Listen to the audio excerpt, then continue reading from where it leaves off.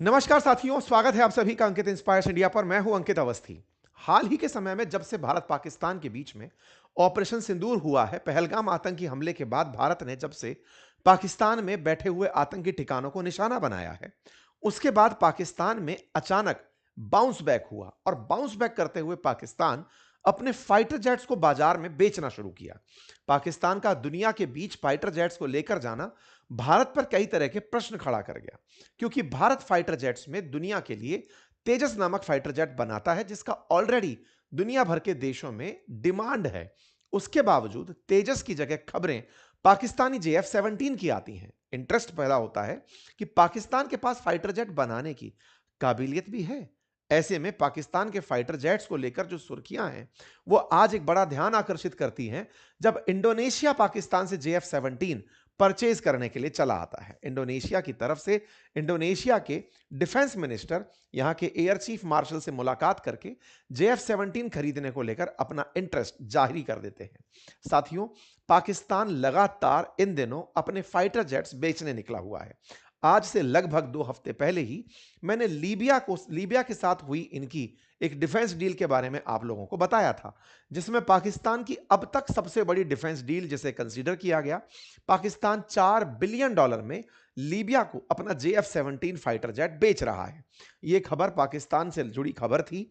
Reuters ने इसे cover किया था। इसके बाद खबर बनती है कि पाकिस्तान JF-17 फाइटर जेट को बांग्लादेश को बेच रहा है। फिर खबर बनती है कि यह $1.5 बिलियन में JF-17 को सूडान को बेच रहा है। आज एक्सक्लूसिव खबर बनती है कि पाकिस्तान JF-17 को इंडोनेशिया को बेच रहा है। इंडोनेशिया के साथ पाकिस्तान का यह डील ऐसे समय पर होना, जिस समय पर इंडोनेशिया ऑलरेडी भारत के तेजस में इंटरेस्ट जाहिर कर रहा था, उस समय पर इंडोनेशिया पाकिस्तान के पास पहुंचता है और उनसे डिफेंस डील करता है। यह भारत पर एक बड़ा सवाल खड़ा करता है, कई तरह के सवाल। क्या हमारा तेजस इनकॉम्पिटेंट है? क्या तेजस को खरीदने वाले लोग अब पाकिस्तान से विमान खरीद रहे हैं? क्या भारत ने फाइटर जेट्स में लड़ाई हार ली है? क्या फाइटर जेट्स पाकिस्तान के पास उच्च श्रेणी के हैं? क्या भारत के फाइटर जेट्स को पाकिस्तान ने ऑपरेशन सिंदूर में जिस तरह से नुकसान पहुंचाने की खबर बाजार में फैलाई, क्या दुनिया उस खबर को मान गई है? आज के सेशन में इस पूरे विषय वस्तु का विस्तार से विश्लेषण करेंगे। फिलहाल के लिए आपके सामने JF-17 की एक तस्वीर है। JF-17 $25 से $30 मिलियन में मिलने वाला एक फाइटर जेट है, जिसकी अधिकतम स्पीड 1.6 मैक है। यह 13,500 किलोग्राम वजन के साथ उड़ सकता है। इसके बारे में कहा जाता है कि दुनिया के पाकिस्तान के अलावा म्यांमार, अजरबैजान और नाइजीरिया जो देश हैं, वो भी इस फाइटर जेट को रखते हैं। इस फाइटर जेट्स को एयर टू सी मिसाइल दागने के लिए, लेजर गाइडेड वेपन्स के लिए, रनवे पेनिट्रेशन बॉम्ब्स फेंकने के लिए और डबल बैरल्ड गन यूज करने के लिए यूज में लिया जाता है। JF-17 को किस तरह बनाया गया, पहले मैं इसके बारे में भी आपको जान दूं। भारत के अंदर जिस तरह से तेजस को HAL द्वारा बनाया जाता है, ऐसे ही पाकिस्तान में Pakistan aeronautical complex that is PAC, China की Chengdu aircraft care corporation CAC के साथ मिलकर इसे बनाता है। चाइना पाकिस्तान ने सन 1919 के दशक में, 1990 के दशक में मिलकर के ये एग्रीमेंट किया कि वो एक फाइटर जेट का निर्माण करेंगे। ऐसे में दोनों के बीच की एक दूसरे के साथ मित्रताएं बढ़ती गई। शुरुआती 2000 के दशक में इन्होंने फाइटर जेट बनाना शुरू किया। PAC जो कि कामरा में स्थित है, पाकिस्तान के पंजाब प्रोविंस में है, इस्लामाबाद से मात्र 80 किलोमीटर की दूरी पर है, वहां इन्होंने अपने काम को स्प्लिट कर लिया। आज जो ये JF-17 फाइटर जेट है, इसका 58% हिस्सा पाकिस्तान द्वारा बनाया जाता है और इसका 42% हिस्सा चाइना द्वारा निर्मित किया जाता है। पाकिस्तान और चाइना ने काम विभाजित किए हुए हैं। जैसे फ्रंट फ्यूलेज और वर्टिकल टेल जहां एक और पाकिस्तान में बनती है, मतलब पाकिस्तान में जहां फ्रंट फ्यूलेज और वर्टिकल टेल बनती है, चाइना के अंदर मिडिल और रियर फ्यूलेज इस प्लेन की बनाई जाती है। चाइना के अंदर, रशिया का इसके अंदर इंजन यूज किया जाता है और ब्रिटिश के द्वारा, ब्रिटिशर्स मैन्युफैक्चरर्स के द्वारा, जैसे मार्टिन बेकर, उनकी सीट जिसके साथ में इजेक्ट बहुत आसानी से किया जा सकता है, वो सीट इसके अंदर लगी हुई है। रशियन इंजन है, फ्रंट फ्यूलेज खुद बना रहे हैं, टेल खुद बना रहे हैं, मिडिल हिस्सा चाइना वाले बना रहे हैं। असेंबल कुल मिलाकर ये पूरी तरह पाकिस्तान में होता है। पाकिस्तान में असेंबल हुआ ये फाइटर जेट पाकिस्तान में 2009 के अंदर सेवा देना शुरू किया। इसका ब्लॉक 3 नामक जो वेरिएंट है, जो सबसे एडवांस बताया जाता है पाकिस्तान के JF-17 का, वो 2020 के अंदर बनकर तैयार हुआ। पाकिस्तान अपने पुराने हो रहे फ्लीट को इसी JF-17 से बिल्कुल वैसे ही जैसे हमने मिग को रिप्लेस करने के लिए तेजस को अपनाया, ऐसे ये 150 कॉम्बैट जेट्स को तैयार कर रहे हैं इस JF-17 से रिप्लेस करने के लिए। और इसी JF-17 को अब ये दुनिया भर को बेच रहे हैं। बेचने की खबर लेकिन जो सबसे ज्यादा निकल कर आना शुरू हुई वो ऑपरेशन सिंदूर के बाद हुई। इसीलिए एक बड़ा सवाल यह बनता है कि पाकिस्तान का इंटरनेशनल एक्सेप्टेंस इतना कैसे बढ़ा, या फिर फाइटर जेट्स के मामले में पाकिस्तान अल्टीमेटली दुनिया को क्या यह कहने में कामयाब रहा कि जो भारत के जो हमने फाइटर जेट गिराए थे वो हमारे JF-17 ने गिराए थे। क्योंकि दुनिया में जिस तरह की मांग JF-17 को लेकर दिख रही है, फिर चाहे बांग्लादेश हो, लीबिया हो, सूडान हो, सऊदी हो और अब इंडोनेशिया हो, ये सब एक बड़ा प्रश्न खड़ा करते हैं कि भारत कहीं इस पूरी कहानी में अपनी कूटनीति में तो विफलता की तरफ नहीं देख रहा है। क्या दुनिया को अपनी बात बताने में हम अमेरिका के द्वारा फैलाए और चीनी प्रोपेगेंडा में फंस तो नहीं गए हैं? आइए इस बात को थोड़ा और गहराई से समझते हैं। साथियों, इंडिया का तेजस वो फाइटर जेट था जिस फाइटर जेट को इंडोनेशिया ने वर्ष 2023 में खरीदने की इच्छा जताई थी, लेकिन 2026 की शुरुआत में खबर हमें मिलती है कि वो पाकिस्तान से JF-17 खरीद रहा है। और तो और ये राफेल भी खरीद रहा है। इंटरेस्टिंग है कि राफेल फाइटर जेट को गिराने की खबर पाकिस्तानियों ने उड़ाई थी, लेकिन इंडोनेशिया राफेल भी परचेज कर रहा है, लेकिन तेजस नहीं। कहानी को समझने का प्रयास करते हैं। सबसे पहला कारण ऑपरेशन सिंदूर से तलाशते हैं। ऑपरेशन सिंदूर, जिसमें भारत ने पहलगाम में आतंकियों को, जो आतंकी हमला हुआ, उनके लॉन्च पैड्स को, यानी जहां से पाकिस्तान से चल के वो भारत में आते हैं, उन्हें निशाना बनाने के लिए फाइटर जेट से हमले किए थे। भारत ने उन जगहों पर हमले किए थे जहां से आतंकी भारत में आते हैं, यानी कि लॉन्च पैड्स को निशाना बनाया था। लेकिन पाकिस्तान ने इसे अपनी जीत बताया।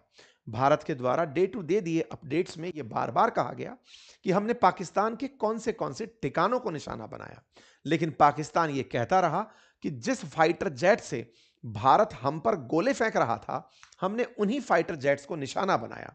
पाकिस्तान ने इसे अपनी सैन्य कुशलता करार दिया।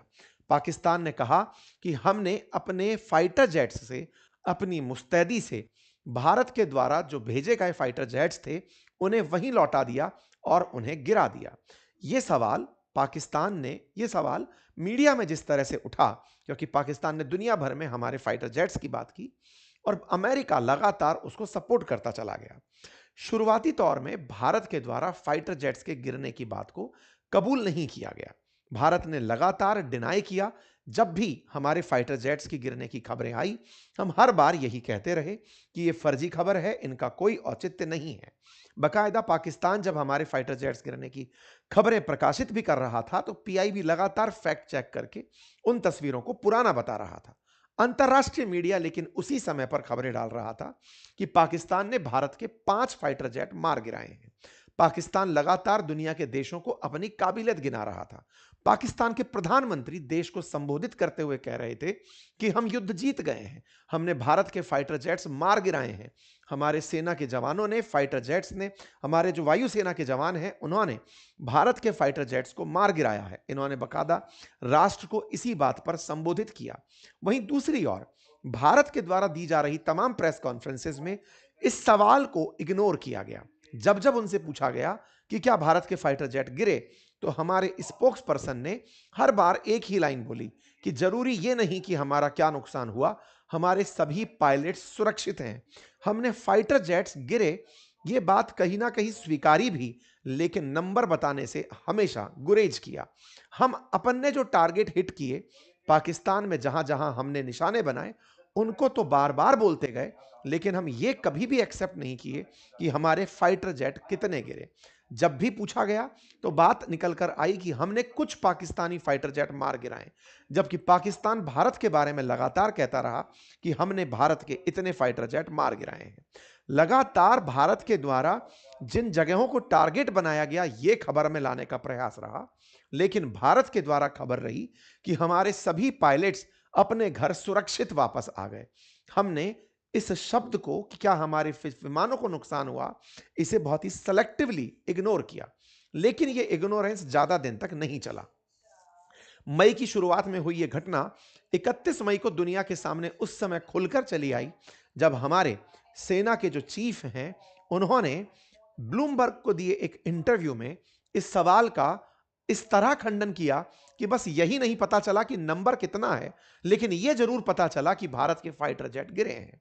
ब्लूमबर्ग के दिए इंटरव्यू में जब इनसे सवाल पूछा गया कि क्या भारत के फाइटर जेट गिरे, तो आप कहते हुए सुनाई दिए कि देखिए, हमने अपनी गलती से सीखा। बेहतर यह है कि गलती से सीखकर आप कैसे रिएक्ट करते हैं।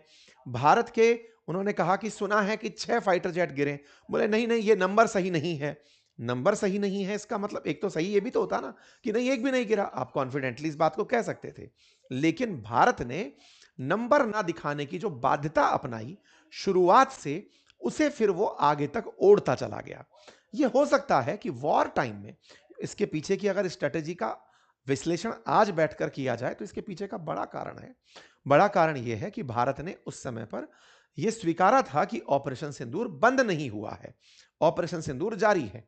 और युद्ध के काल में अक्सर यह माना जाता है कि आपको युद्ध के समय हुआ नुकसान नहीं बताना होता है, वो बाद में बताना होता है।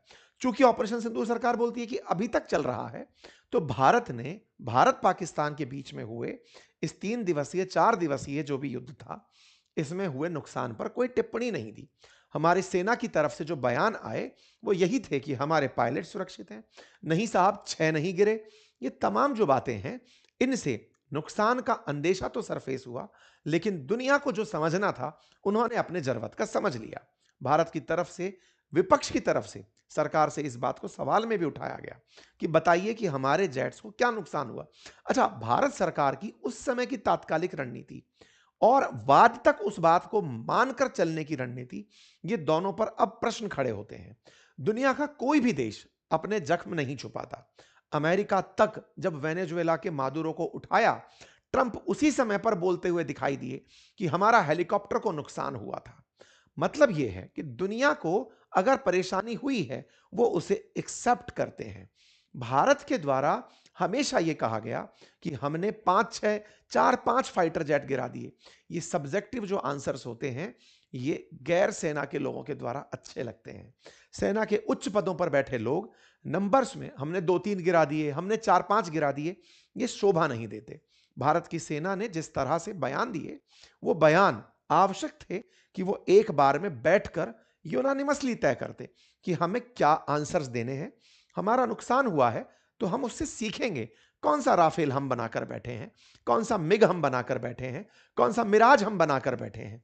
दुनिया का जो भी फाइटर जेट है वो तो हमने कहीं से परचेज किया हुआ है। दुनिया के किसी दूसरे देश के फाइटर जेट का हमारे देश में नुकसान अगर होता है तो भविष्य के डिफेंस डील में हम नुकसान को भुगतेंगे। आगे से ध्यान देखेंगे कि भाई तुम्हारा प्रोडक्ट बेकार था।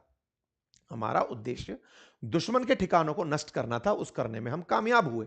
लेकिन इस जगह पर अमेरिका जो बार बार हम पर कहता चला गया कि इनके 8 फाइटर जेट गिरे, हम अपनी बात का खंडन नहीं किए, भारत की सेना के द्वारा भी कोई बयान नहीं आया।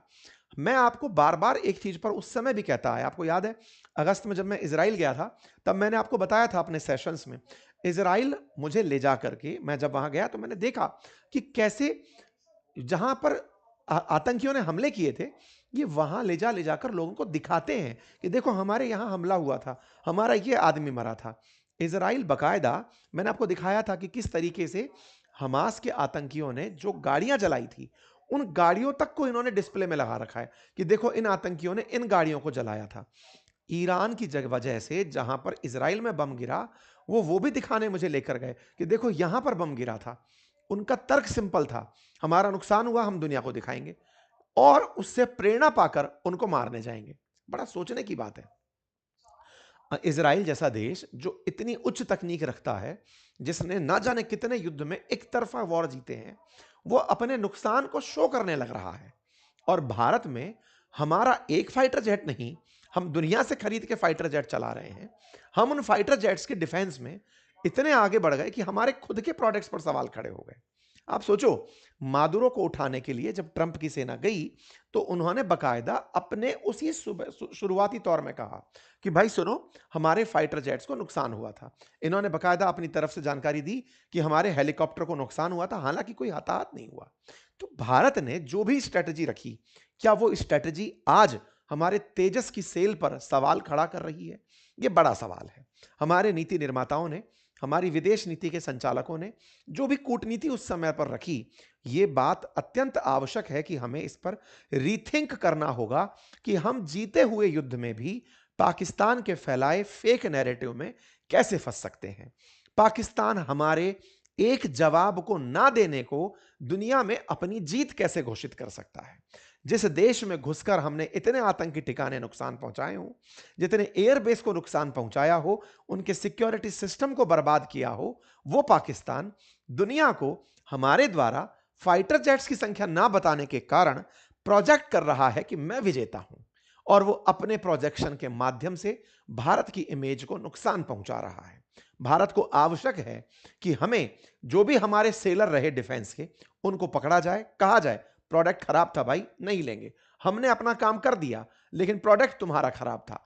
तेजस के ऊपर सवाल क्यों? अब हम उस पर चलते हैं। मेरे प्यारे साथियों, मैं आपको जानकारी दे दूं, दुनिया भर की रिसर्च में भारत का नुकसान नहीं, पाकिस्तान का नुकसान डिस्कस हुआ है। इवन इंडोनेशिया की एक सेमिनार में पाकिस्तान को ऑपरेशन सिंदूर में क्या नुकसान हुआ, यह चर्चा में रहा है।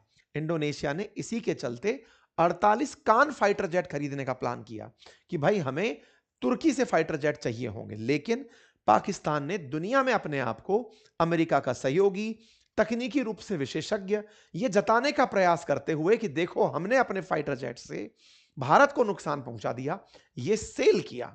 पाकिस्तान में इंडोनेशिया के जो राष्ट्रपति हैं प्रबोवो सुबियांतो, वो पहुंचते हैं, उनका भव्य स्वागत होता है, डिफेंस डील की बातें होती हैं, तस्वीरें निकल कर आती हैं। अंतर्राष्ट्रीय स्तर पर ऑपरेशन सिंदूर के बाद पाकिस्तान का कद अमेरिका और ऊंचा करता चला जाता है। दुनिया अमेरिका द्वारा मिली इनकी इज्जत को देखकर इनके और प्रभाव में आती है कि जब अमेरिका इतनी इज्जत इन्हें दे रहा है, तो सऊदी साथ चला आता है, तुर्की साथ चला आता है, लीबिया, सूडान, इंडोनेशिया, कि चलो भाई इनके साथ में हम डिफेंस पैक्ट कर सकते हैं। ऑपरेशन सिंदूर पाकिस्तान के लिए वरदान सिद्ध हो रहा है। पाकिस्तान उसे इस तरह से समझ रहा है कि हमारे पास में भारत द्वारा एक्सेप्ट ना किया जाना हमारी विन है। भारत ने फाइटर जेट्स की संख्या को इसलिए क्लेम नहीं किया, देखिए बड़ा इंटरेस्टिंग है, फाइटर जेट्स नहीं गिरे ये हमने नहीं बोला, हमारे डिफेंस चीफ कहते हैं कि 6 नंबर गलत बोल रहे हो। हमारी तरफ से प्रवक्ता बोलते हैं कि ये अभी आंसर देने वाली बात नहीं है, हमारे पायलट सुरक्षित आ गए। यानी कि आप अधूरा सत्य जो रख रहे हैं वो संदेह पैदा करता चला गया। कूटनीति में पाकिस्तान ने उसी को बेचा और वो बेच करके अपने आप को एक लेवल पर दिखाने में कामयाब हुआ।